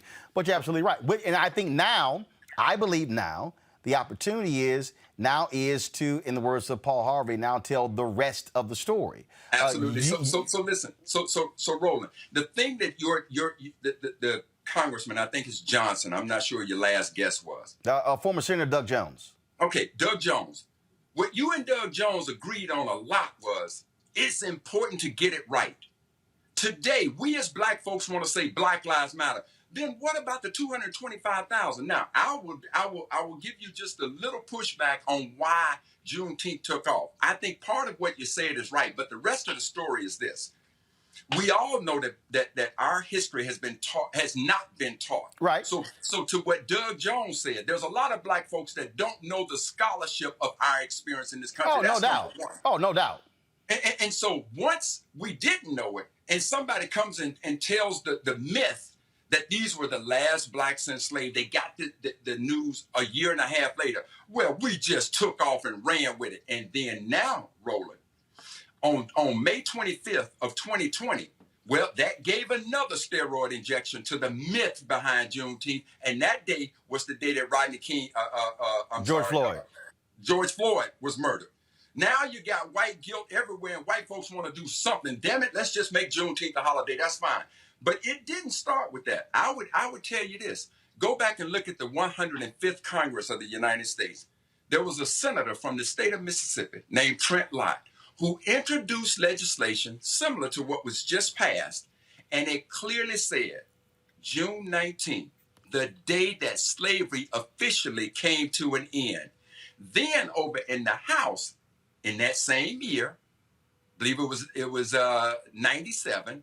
In that same year, now you had J.C. Watts in the House introduced a joint resolution that said the exact same thing, that Juneteenth is the date on which slavery finally came to an end. So I'm not trying to play the technicalities here. But what I am saying is in the spirit of Harriet Tubman. Right. They asked that sister, baby, why would you keep going back, you free? And she said, how could I be free when my people ain't free? Well, how in the hell can we celebrate Juneteenth as the day on which slavery ended when there were over 225,000 of our folks still enslaved in the state of Delaware and Kentucky? Well, I dare say that is my problem. I dare say the same as how we celebrate July 4th as Independence Day. And as Frederick Douglass said, what does this mean to the slave on July 4th? And so, but here's the last point I'll make, and this is very simple. What you laid out is why you got to have black-owned media. Is why because here's the piece. The bottom line is, and you already see it. I know ABC is having a big Juneteenth primetime show. All of a sudden, trust me, you're about to see businesses all across America. And here's the deal. I'm just laying in the cut because I'm telling you, every company that wants to try to profit off of Juneteenth, I'm gonna hit all of them saying, where's your black spin? Where's your black-owned spin? See, that's the other deal. It's just like if a business out there all of a sudden dropping Kwanzaa commercials, you got to be asking how much money you spending with black-owned companies. Not giving away. So this is why we also have to have our own media where we can actually have this conversation, because this ain't gonna happen on MSNBC, CNN, Fox News, ABC, NBC, CBS. Make no mistake about it. Make no mistake about it, Roland. And to your point, let me say this. I know that you know the Bennett family who owns the Seattle Medium and KRSZ out of Seattle. Okay, so I wrote an op-ed piece about what I just explained to you all. Not one white newspaper would pick it up, but that got picked up by the Seattle Medium, the black-owned press. And I've always been a huge supporter. In the same way, I listened to the pride that you all had about the legislation being passed. But now we as brothers and sisters right now on your program are going through a learning moment where we're going, damn, maybe I didn't know what Brother Mac was saying, but we're respecting that. And look, I don't expect you to trust what I'm saying. Just go back and verify. No. But I'm saying, but here's the moment. To me, this is the moment. And I'm gonna bring my panel in after this. The moment for us is this here. This is now, just like that white retired lieutenant colonel when he gave the speech on Memorial Day, and when he told the history of Memorial Day, and they cut his microphone because he talked about it. It was freed. It was actually slaves who actually started Memorial Day, and then they cut his mic. This is where we now use the bully pulpit. And so when folks say, hey, end slavery, actually, that's not the truth. So, so here's my whole deal. This is where we can use the day to say, first of all, there should be a day that speaks to slavery in America, but we also correct the story because even when we use the word we were freed, we actually weren't. That's why I say all the time that we were for the first time, black people were technically fully free Americans in 1970. It took going through Jim Crow, the Voting Rights Act, the Civil Rights Act, the Fair Housing Act, took all of those different things. That's why I say technically fully free, and that leads to a whole other conversation about freedom. But I'll say this, Roland. I'll give you just a little pushback. There is no debate over what chattel slavery was. Oh yes, I got it. And as such, that's why I said freedom. That's why I said freedom. Right, but there is no debate what chattel slavery was, and all I'm saying is on December 6, 1865, that is the day that chattel slavery in this country ended for our ancestors. Got it. And what I'm saying is we should use the day to tell the whole story and not keep allowing his story to be told. Carl Mack, I appreciate it. Thanks a lot. No problem, my brother. Thanks. Go to my panel here. Final comments there. The point there, Mustafa, again, it's how do you able to tell history? I do think there is value in the holiday. Our job is to make sure the story is told. Again, I go back to, and let me be real clear. I know everybody, and the 1619 Project was great, but as Dr. Greg Carr says, it was decades of black scholarship in Ebony Magazine, in Jet Magazine, in Negro Digest, and others that were telling that 1619 story long before the New York Times ponied the money up and Nicole Hannah-Jones and others led it. And again, that's not diminishing what they did, but we've had this body of work for decades that have told that story. This is why the first black newspaper, Freedom's Journal, said on March 16, 1827, we wish to plead our own cause. Too long have others spoken for us. Yeah, in the environmental justice movement, we say communities speak for themselves. We have the opportunity, we have the platform to make sure that the full narrative is shared with the country. Our triumphs and our tragedies, to make sure that folks understand that we are real, we are full, and we are authentic people. And that's the moment that we have. Teresa. Yeah, I'm looking forward to seeing now that this is a federal holiday, what the educational system will be doing in our public schools to make sure that our children and our youth are educated in the proper way. So I'm looking to see what the rollout will be for that. Ben. Honestly, Roland, can you just connect me with that with Brother Matt? Because I got to have him on my show because he had a fire, a clarity, and a moral certitude, with it that I feel like his voice should be amplified in that way. So I did not know that particular history, but now that I know, we're going to spread the word. Well, and again, that's I make the point, y'all. This is why this show matters. This is why, because our ability to be able to provide a platform to other voices who are ordinarily not going to get a lot of attention on mainstream media. That's why we do what we do, which is why we ask y'all to support what we do, joining our Bring the Funk fan club. Look, it's nearly 4,000 of y'all on YouTube. It's folks watching on Facebook and Twitter and Periscope and Instagram. You're going to be watching the replay as well. The bottom line is, y'all, you ain't getting this nowhere else, okay? You got black-targeted news out there, but you ain't got black-owned news out there. And so if y'all want to support what we do, please do so. Cash App, $RM Unfiltered, PayPal.me/R Martin Unfiltered, Venmo.com/RM Unfiltered. Zelle is Roland@RolandSMartin.com, Roland@RolandMartinUnfiltered.com. We went long, y'all, on some of the topics. There were some stories we did not get to. My apologies about that. We even have our Juneteenth stinger that I didn't even run. We just went right into it. And so today was like a freight train going. Well, we certainly appreciate it. Ben, Teresa, Mustafa, thank you so very much for being on today's show. And y'all, I was that close. Man, I was that close after what Carl said and then what Mustafa, Teresa, and Ben said. I was that close about to drop y'all this major announcement. but I gotta wait till next month. Y'all, I was that close. I literally was about to pull it up on my computer and do it right now, but I gotta wait. But I'm telling y'all, when we drop it, y'all gonna be like, that's what that Negro been working on for the past, since he launched this show?